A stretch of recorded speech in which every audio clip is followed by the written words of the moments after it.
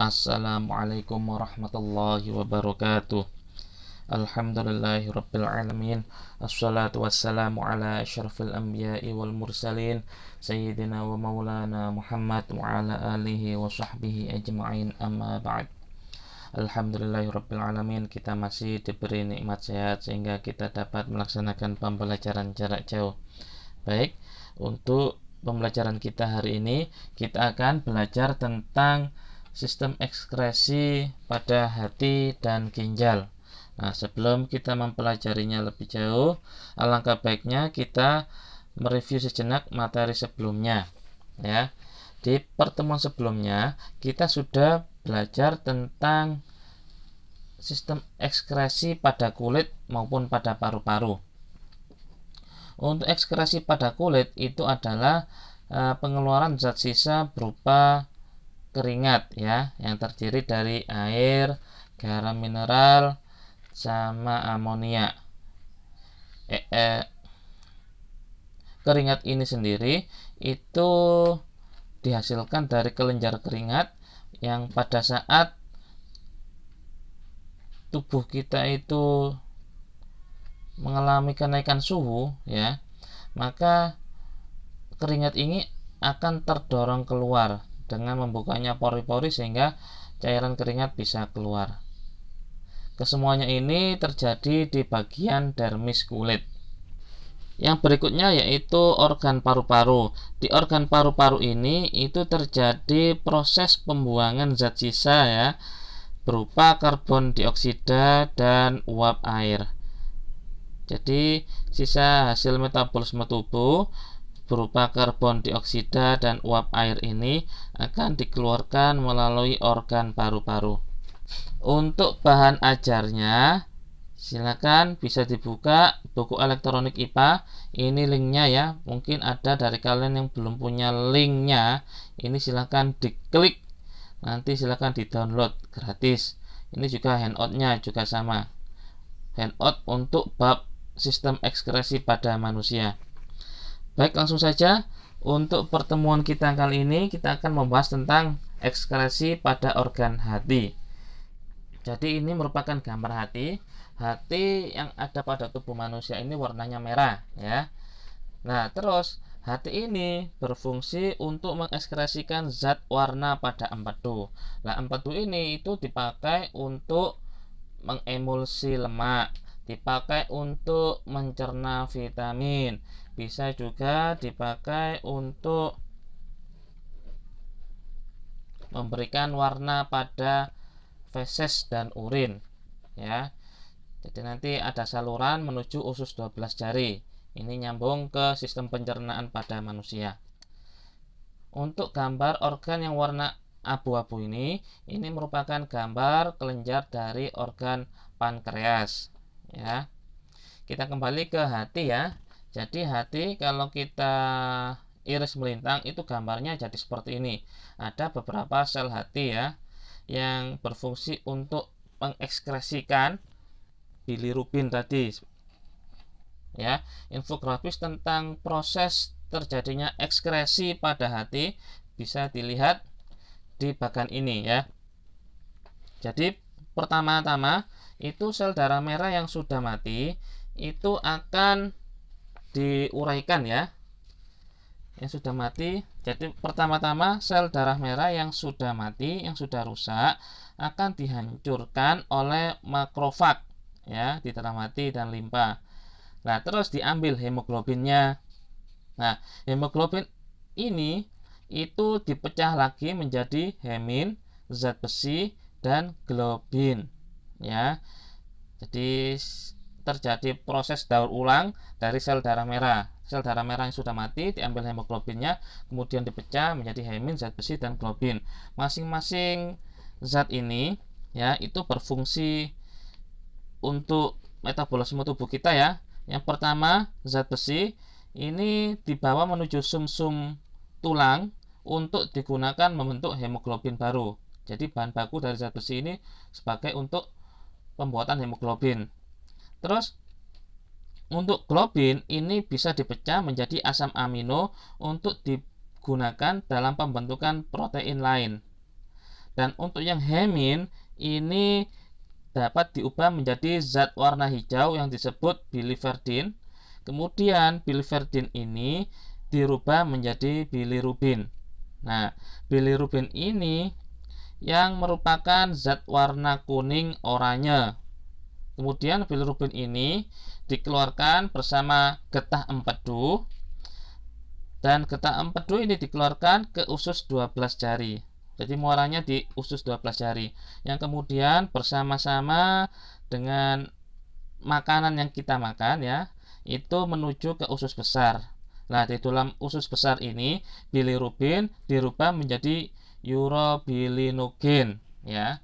Kemudian urobilinogen ini dipecah, ada yang jadi urobilin dan sterkobilin. Yang urobilin ini itu dipakai sebagai pewarna urin ya, pewarna urin warna kuning. Sedangkan untuk sterkobilin ini sebagai pewarna feses ya, yang warnanya coklat. Jadi itu salah satu proses daur ulang ya dari sel darah merah kita yang sudah mati, yang sudah rusak, itu diolah untuk dimanfaatkan kembali.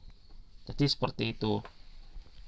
Itu hasil ekskresi yang terjadi pada hati. Untuk berikutnya yaitu proses ekskresi yang terjadi pada ginjal ya. Ginjal merupakan organ penyaring yang ada pada manusia, terletak di kanan dan kiri pada tulang pinggang kita. Bentuknya seperti kacang merah. Jadi gambarnya kurang lebih seperti ini ya. Kemudian nanti hasil saringannya itu akan menghasilkan urin yang untuk sementara ditampung di kandung kemih. Nah, setelah ditampung di kandung kemih ini nanti akan disalurkan untuk menuju ke luar tubuh kita berupa urin. Nah, bagaimana prosesnya? Nah, sebelum kita membahas ke prosesnya, kita lihat dulu penampang struktur ginjal pada tubuh kita ya. Oke, ini merupakan penampang struktur ginjal pada tubuh kita ya. Jika diiris melintang seperti ini. Jadi ini ginjal, terus di ginjal ini banyak sekali pembuluh darah ya, yang gunanya untuk menghantarkan darah kita yang sudah banyak zat sisa. Kemudian zat sisanya itu akan disaring, kemudian dibuang melalui pelvis renalis dan ureter, kemudian menuju uretra dan dikeluarkan ke tubuh kita. Jadi seperti itu prosesnya. Nah, jika penampang ginjalnya ini diiris lagi, di zoom, diperbesar, itu bisa dilihat strukturnya itu seperti ini ya. Jadi ada korteks renalis yang bagian luar, di bagian agak dalam ada medula renalis ya. Terus yang warna merah dan warna biru ini merupakan arteri dan vena darah kita ya, arteri renalis dan vena renalis. Nah, kalau misalkan dari struktur saluran-saluran ini kita perbesar lagi, nanti akan didapatkan gambar seperti ini ya. Ini gambar ginjal strukturnya. Yang warna merah ini merupakan pembuluh darah arteri, dan yang warna biru ini adalah pembuluh darah vena ya. Jadi seperti itu. Kalau kita zoom lagi, nanti akan didapatkan gambar badan Malpighi ya. Badan Malpighi merupakan glomerulus yang dibungkus oleh selaput kapsula Bowman. Nanti kita akan bahas di proses pembentukan urin. Oke, apa saja proses pembentukan urin? Baik, di tahap pertama ini terjadi proses filtrasi atau penyaringan ya. Jadi darah yang lewat arteri renalis ini itu masuk ke dalam glomerulus. Di dalam glomerulus ini tekanan darah itu menjadi tinggi sehingga air dan zat-zat yang memiliki partikel ukuran kecil itu bisa terdorong keluar melalui pori-pori kapiler sehingga terbentuk dua macam zat ya. Yang pertama berupa filtrat atau yang sudah kita kenal dengan istilah urin primer, dan juga zat-zat yang tersaring, yang tidak keluar dari pembuluh kapiler itu disebut dengan darah, serta protein ya, itu tetap berada di pembuluh kapiler. Nah, filtrat ini tersusun atas urobilin, urea, glukosa, air, asam amino, dan ion-ion seperti natrium, kalium, kalsium, dan klor. Jadi ion yang berlebih ini nanti akan dibuang ya. Jadi seperti itu. Proses filtrasi ini terjadi di glomerulus. Glomerulus itu gambar yang ini ya. Ini ada lipatan-lipatan, ini merupakan glomerulus. Jadi arteri, kemudian arterinya ini nyambung-nyambung ya. Terus kemudian terjadi penyaringan awal, terus kemudian pembuluh darah dan proteinnya itu tetap di arteri. Nah, yang disaring, yang diperes tadi akan masuk ke saluran berikutnya ya. Di tahap berikutnya terjadi tahap reabsorpsi ya, yaitu filtrat tadi atau urin primer tadi itu akan diteruskan ke dalam tubulus proksimal. Tubulus proksimal itu adalah saluran setelah glomerulus ya. Setelah terjadi penyaringan di glomerulus ini akan menuju ke tubulus proksimal. Nah, tubulus proksimal itu yang sebelah sini. Nah, saluran yang meliku-liku ini merupakan tubulus proksimal. Nah, di sini zat-zat yang masih diperlukan seperti glukosa, asam amino, ion, kalium, dan lain sebagainya akan diserap kembali ya, diserap menuju ke pembuluh darah sehingga terbentuk urin sekunder. Jadi ini penyerapan kembali ya. Yang lolos tadi zat-zat yang masih diperlukan oleh tubuh, yang lolos ke saring itu diserap lagi. Nah, urin sekunder ini itu terdiri atas air, garam, urea, dan urobilin. Yang selanjutnya dari tubulus proksimal ini setelah diserap itu akan diteruskan menuju ke lengkung Henle. Lengkung Henle itu yang ini. Nah, ini seret ke bawah, ini merupakan lengkung Henle. Terus kemudian akan diteruskan ke tubulus distal. Nah, itu yang sebelah sini. Terus setelah terjadi reabsorpsi, apa tahapan berikutnya? Yaitu tahap augmentasi ya. Tahap augmentasi dari urin sekunder tadi ya, itu kan dari tubulus distal akan ya, pada saat urin sekunder ini berada di tubulus distal ya, ginjal akan menyerap kembali air dan ion dan klor yang masih dibutuhkan. Kemudian ginjal ini akan mengeluarkan zat-zat yang tidak diperlukan tubuh ke dalam urin sekunder ya. Contohnya tadi kayak urea ya, itu dibuang. Terus urobilin ya, mungkin ada yang terselip di pembuluh darah, mungkin bisa dikeluarkan kembali. Jadi proses pengecekan akhir itu berada di tubulus distal sini ya. Ini dicek ulang zat-zat apa yang benar-benar tidak terpakai oleh tubuh, yang tidak dibutuhkan oleh tubuh, itu harus dikeluarkan di sini ya. Kemudian urin sekunder ini nanti jadi urin sesungguhnya ya. Jadi sudah siap untuk dibuang. Kemudian dialirkan menuju pelvis renalis. Nah, ini saluran menuju pelvis renalis. Terus cabang-cabang ini merupakan cabang dari nefron yang lain. Nefron itu ya ini struktur penyaringan darah, ini itu nefron namanya. Ya. Kemudian dari pelvis renalis tadi itu akan disalurkan menuju ureter, kemudian menuju kandung kemih, kemudian uretra, dan dibuang. Jadi dari proses ini tadi menuju pelvis renalis, kemudian dibuang, disalurkan menuju ureter, kemudian ditampung sementara di kandung kemih. Nah, kandung kemih ini itu bisa menampung urin kurang lebih setengah liter ya.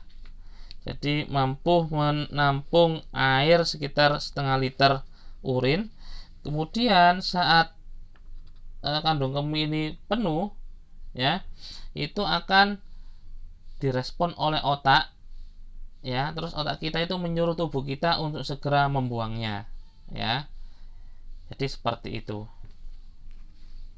Jadi mungkin itu proses pembuangan urin ya, atau proses penyaringan darah kita yang terjadi pada ginjal. Mungkin kalau ada yang masih bingung bisa ditanyakan. Oke, kalau tidak ada pertanyaan, mungkin kalian bisa mengerjakan tugas ini ya. Ada 2 soal. Yang pertama tentang hati, ekskresi hati, dan yang kedua tentang ginjal. Ya, yang nomor pertama, getah empedu merupakan cairan yang disekresikan oleh organ hati yang berfungsi untuk sistem pencernaan, mengemulsi lemak, mencerna vitamin, dan membuang racun dari tubuh. Jika saluran empedu tersumbat oleh garam mineral, akan mengakibatkan penyakit batu empedu. Nah, pertanyaannya, jelaskan apa penyebab penyakit batu empedu dan bagaimana cara mengobatinya. Ya, jadi kamu disuruh untuk mencari penyebab apa sih hal yang bisa menyebabkan terjadi penyakit batu empedu, terus bagaimana cara mengobatinya. Terus yang kedua, ini mengenai proses pembentukan urin ya yang terjadi di dalam ginjal. Tugas kalian adalah mengisi tabel ya, tabel ini untuk menjelaskan proses pembentukan urin yang terjadi di dalam ginjal. Jadi pada proses pertama, yaitu proses filtrasi, itu tempatnya di mana, bahannya apa saja, terus menghasilkan apa. Terus yang kedua yaitu proses reabsorpsi ya, itu tempatnya di mana, bahannya apa saja, terus menghasilkan apa. Begitu juga untuk yang proses yang nomor 3 yaitu proses augmentasi, itu terjadi di tempatnya itu apa namanya, bahannya apa, dan hasilnya seperti apa. Jadi seperti itu ya. Silakan dikerjakan, saya tunggu sampai pukul 15.00 waktu Indonesia Barat. Baik, mungkin ini saja yang bisa saya sampaikan. Semoga apa yang saya sampaikan ini menjadi ilmu yang barokah, menjadi ilmu yang bermanfaat. Akhiran wabillahi taufiq wal hidayah. Wassalamualaikum warahmatullahi wabarakatuh.